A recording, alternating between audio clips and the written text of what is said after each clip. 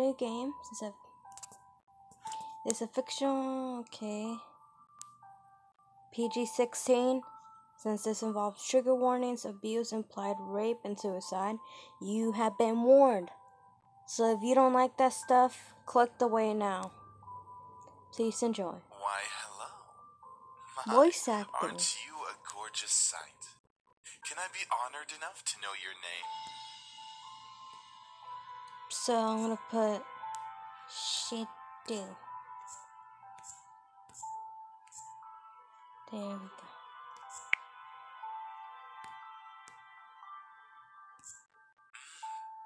A lovely Name. for a Lovely person like you.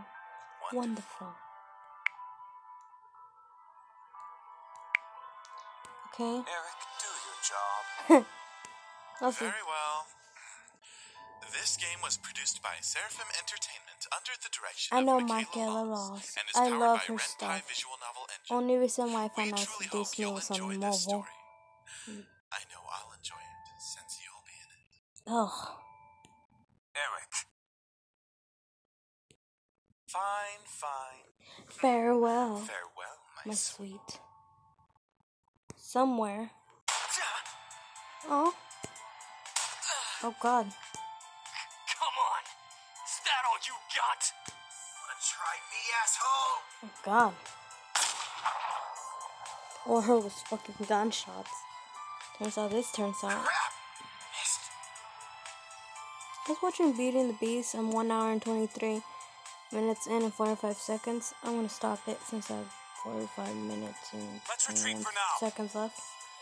Retreat. No kidding. Let's get out of here. Yeah. That's right. You better run, you stupid punks. Stay out of our territory. Damn. Carter Farrell, Carter Constant. That one moment of violence started a chain of events I will never forget. This formula, created in the 70s, is one of the most important in the field of financial theory. It is used to calculate the price of European-style options and is widely used by option marketers, though there are some discrepancies that are now corrected in modern theory. Okay. Miss Phillips. Rain. It's been a long time since we've gotten rain around here, but it is April, so it's not exactly that surprising. Personally, I love the sound of it. The way the raindrops feel like soft tapping of fingers. It was so soothing. Even looking at the droplets hit the glass of the window was strangely calming. For this reason, I felt lucky for having a seat next to the window. I spent more time staring outside than I did paying attention in class. The lectures in class were pretty boring. Miss Phillips was very passionate, but I just wasn't interested in what she was saying. Since it was period right before lunch, all I could think was doing other things. Honestly, I really didn't care much about economics. Sure, I had good grades in this class, but it was only because I had read the textbook and did my assignments PM time. I was only taking this class because it was mandatory. If it were up to me, I would have taken another course. Luckily, it was my senior year, so after this semester would mean the end of high school courses forever. Thank God for that. I didn't hate high school. It was just mundane how the days stripped on and on as there were no end to it. The only thing I really enjoyed about going to school was meeting my friends and hanging out with them. That was kind of it. In short, I was done with high school. The start of second semester brought no finale to it. I had already applied to a few universities the semester prior, and I was expecting replies sometime in the next few months. Seems like a start of something that would change. I stared at the faint outline of raindrops in the distance. For now, I was stuck in this class. Miss Anderson. Miss Phillips' raised voice interrupted my train of thought. Just when I was thinking about class, quickly turned my head to face the teacher, hoping she didn't pick me just because she knows I was spacing out. Yes, ma'am? Would you care to name the equation I set up on the blackboard? I'll write about that in the textbook, Lena. It should be the Black School's motto formula. Very good as always, Miss Anderson. Anderson to follow me wherever I went. Most people didn't really know me by my first name, but rather my surname. No doubt the surname was a trademark of the most international famous and theatrical Anderson family's toys. Sorry guys, I'm trying to take out the notification. The founder is my grandfather. Susu, one of my best friends, turned around and proudly gave me a punch to the shoulder. Kick ass, girl.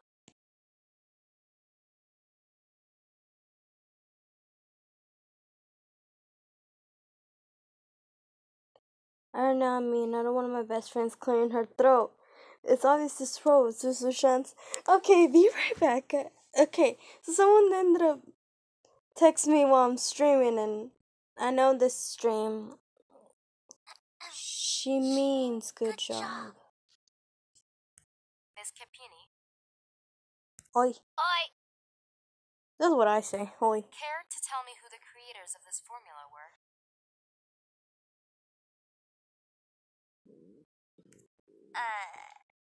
Some guys named Black and Scholes?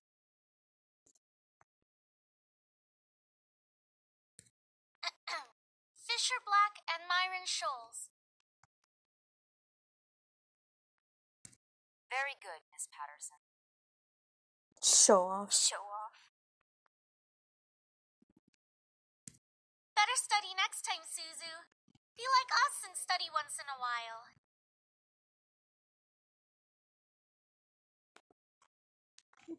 Sorry, guys. Hey, Savannah. Susu rolled her eyes and slouched into her chair as Naomi gave her a small smirk. She always pouted when Naomi showed her off. That's the end of today's lecture. Now, let's separate into groups and work on your projects.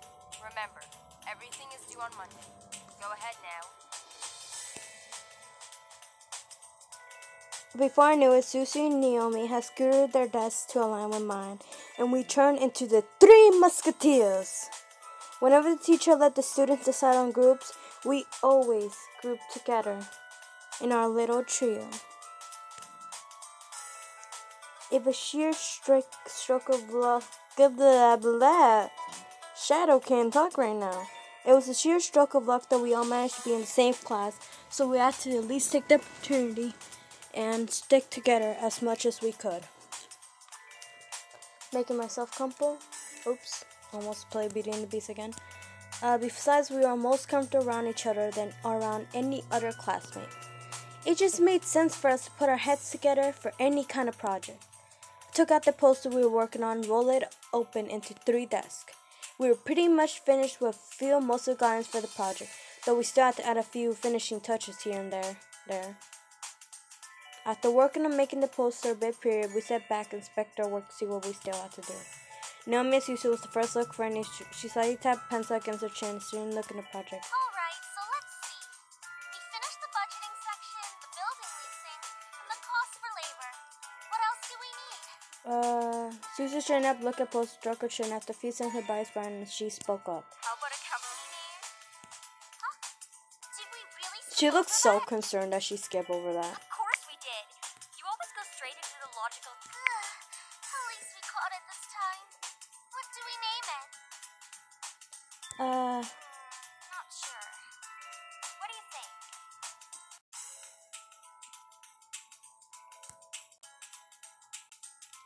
You could do it if you want. It's your choice, Gadget.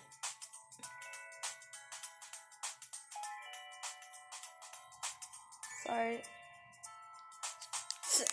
I spelled Gadget with the J. It always came down to me whenever something with name or title. I was the master and end the station, even if I didn't want to be. I like Trinity Corporations. That is way too predictable. How about the Dragon Company? What do dragons have to do with that project? What? It's a totally unpredictable name. It's hot. But our company sells bubble gum. So what? It's a cool name. They could be bubblegum shaped dragons. Who said we can't produce spicy bubble gum? Ooh, that is true. I think there's shit that exists like that right now. Yeah. What do you think? Even though I wasn't quite sure myself, I really want to choose size, but if it worked for me, I would say Dragon Company. Booyah! Dragon Company it is! Alright, now that we've decided on a name, now what? As we ended our name game, a giggle scrambled my thoughts. Huh? Who's that? Ignore it. It's just Lisette. At the look on her seat, Lisa laughing with her circle of friends. Mostly compromised of popular people. As a result, everyone in school knew them, and the center of all was Lisette White. She a white girl. She said because some people who play video games make the never mind. I'm gonna give up before I sound like I'm racist. She said with Porsche and the kid she was still working but ready to casually chat about her day. She was endearing balance of charismatic awkward, which was really apparent when she first talked to someone. It was easy to make her laugh and smile. Mix those two words up. She was quite the comedian as well. Seems like me. Basically, she was perfect. Not like she was a rule or anything, but she was the student that everyone else wanted to be. Also, we have Savannah here. Okay, I'm going to call her Savannah right now. Lisette was bright, easygoing, above all her future laid out right in front of her. Like the average student, she knew what she wanted to do after high school. As a result, she was confident and ambitious, though sometimes it could rub a lot of people the wrong way. Moreover, I had known her ever since I was young, but ultimately resulted in a rivalry that continued today. Of course, my friends knew what happened between us. Upon seeing my glance at her, they shifted their attention to her. She doesn't even look like she's working, in my opinion. She probably is, but she's too much of a stuck-up priss to allow herself to she's actually. Sounds like Savannah right there. Oh, come on, Suzu. She may be a little off-putting, but she's not the giant priss that you're making her seem to be. The day she isn't a priss is the day I turn into you. True. What's that supposed to mean? Never mind. It's about time. Let's bail. Unsurprisingly, Susu was the first out of classroom, slinging her backpack over her shoulder with ease. She quickly strode out the door. Seat isn't even closest to the exit, and she always manages to be the first one out of the That's door. me right there. I don't think I'll ever understand that. That's me. Me and you both, Naomi. Give me. Oh, not you too. She's turning you into a into a delinquent. delinquent. So this dude texts me, but he decides not to text back. I see how you're, Gadget. Huh, it's a joke, Naomi. Well, it's not really funny. Man, you guys are slow. Are you coming or what? We heard you the first time. Not everyone has rocket boosters attached to the That legs is when me. the bell rings. Are you kidding me? That class was ridiculously boring. Even Miss Valedictorian was dozing off a bit. That's true. I have to admit I was spacing out. And just because I answered one question doesn't mean I'm automatically the valedictorian. Okay, so it wasn't too interesting. But you should at least pay attention when Phillips is talking about the important part. But we have a textbook.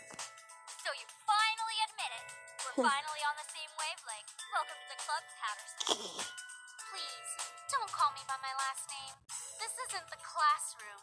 And never in a million years will we ever see things eye to eye. How can they be friends if... Actually, no. This... Okay, so Savannah's Naomi. And me, I'm Susie. Think two people so opposite will never associate with each other. Yup, me and Savannah. However, even though they are so different, their friendship somehow made a lot of sense. Maybe they were perfect compliments, or personally just didn't indicate the positive of the friendship. After all, we three have been best friends since preschool. Alright, so where are we heading to first? Cafeteria? I think we can all agree that we're really hungry, especially after hearing about our company's line of deliciously spicy bubblegum. Who would even buy that? I would. Where's that gift where it says I would? New. Oh, I almost Me? I would pay good money to get a taste. Yeah. Yep. That's me and Savannah, straight up.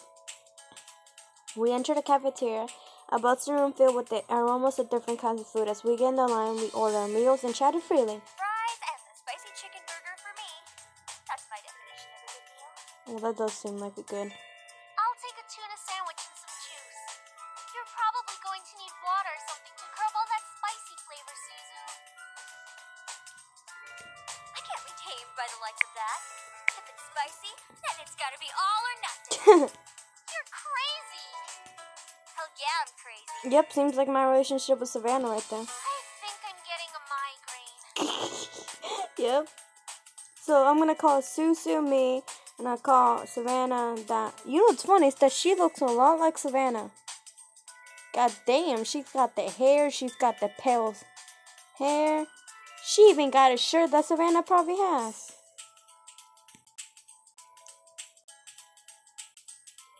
I'll go with that. Susan leaned back in her chair, tilting it back so she could rest her feet on the table by her phone. Alright then. Is there anything we want to talk about? Bored already. I know. Let's talk about Save Boys and I will never speak to you ever again. Yep. Me and Savannah's relationship, honestly. Why not? What's so interesting about talking about guys? Not like any of us. We don't know that. What if one of us does get a boyfriend? True. Savannah can get a boyfriend easily. Like that's going to happen, Naomi. Look at us. I'm a tiny Italian. You're a ditzy. Hey! I'm gonna call Savannah Ditzy Blondie now. No offense. An Anderson here. Well, I guess she could land. I saw girlfriend right there. Or girlfriend? I prefer boyfriend. She can be a lesbian if she wants. True. True.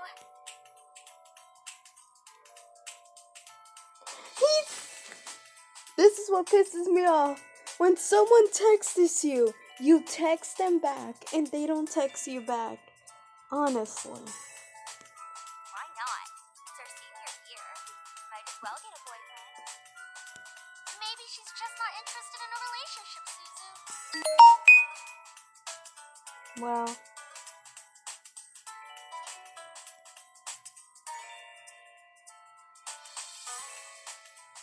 Who knows? Time will tell. Naomi looked at me, wanting to continue the conversation. However, she could speak. The speakers in the cafe started up and echoed through the cafeteria. Miss Anderson, please come to the main office immediately. Please bring your things with you.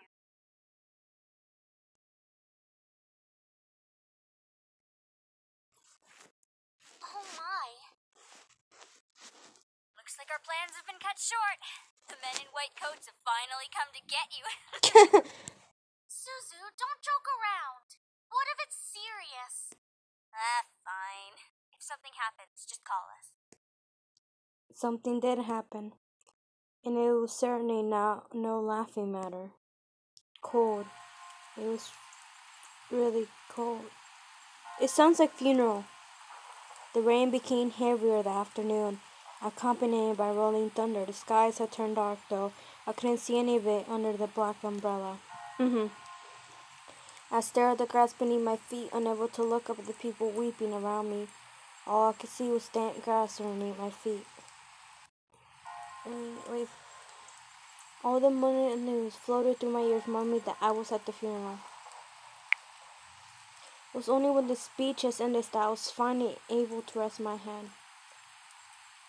A small gathering of people, mostly made of relatives I didn't even know, were huddled around a simple, small grave. For a while, all I heard was sound of raindrops and umbrellas. If it were not for the rain, everything would be in heavy silence. I looked beside me where my father was standing, holding up a large black umbrella for a small family tree.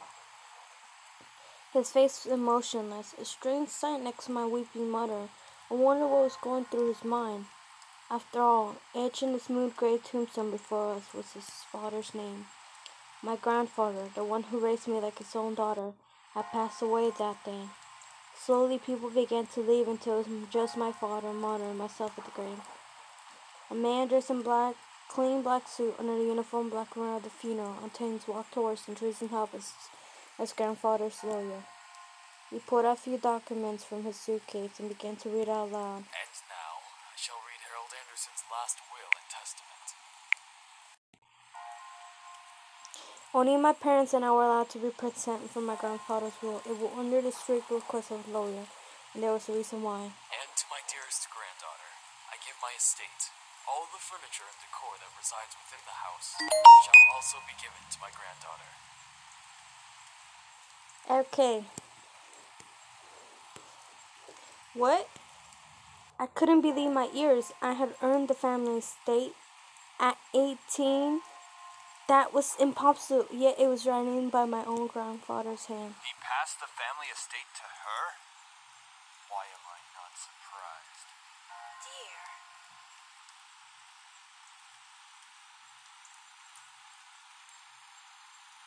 Well, did he say anything about what will become of the CEO and chairman position of the Anderson Toys Company? No. It is presumed that the vice chairman will succeed the position. Even to the bitter end, he wouldn't give in.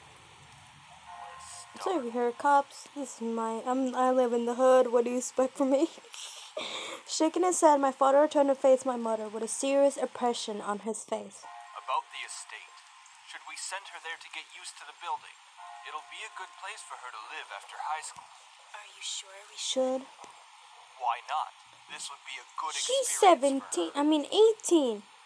18. Oh yeah, she can leave. I thought she was 17 at first. I really wasn't sure what to say. Why did my grandfather think that I was a proper heir to the mansion? Was I even ready to live on my own? Well, that seems to be it. We'll be taking our leave. David. Even though she raised her voice, my dad wordless began walking back to the car, disinterested. Don't mind him, honey. I think that your grandfather's passing really affected Damn, him. he must have hated his dad or Why don't we something. get Does he have a back home grudge? for now? He's a rich kid, probably. You can go ahead to the car, Mom. I think I need some time alone with Grandpa. Oh, of course. Take all the time you need. She gave me a quickly hug and hurried after my dad. I looked around the funeral ground, which was company empty, save for a stone-looking grave that laid in front of me. I'm sure if Grandpa were in charge of arranging all this, it would have been much different. It was very obvious that my dad was in charge of the whole event. Those who buried their own family the same day they passed away.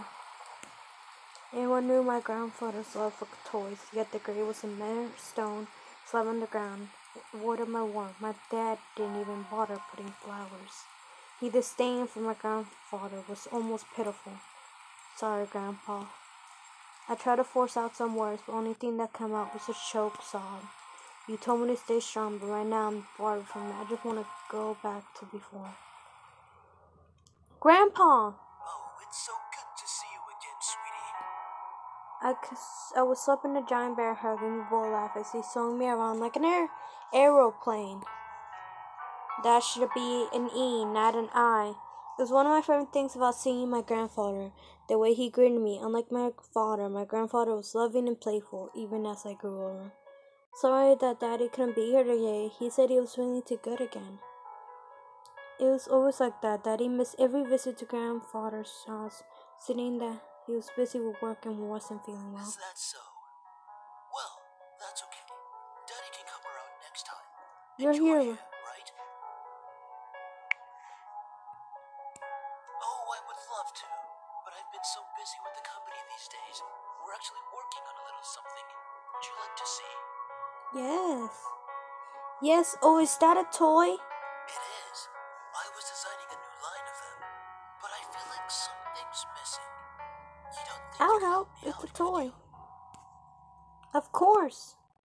He placed the toy in my hands with a smile, inspected it carefully. It was beautiful craft and all saw the work was put in. There's one thing So, though. what do you think?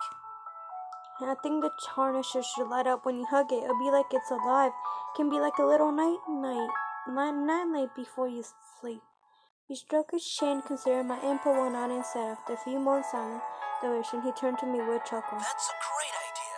I'll get to changing it right away. You're always like my little lucky charm, dear. You always know what to add to make the perfect toy. So I'm gonna stop streaming at 25. It's almost close.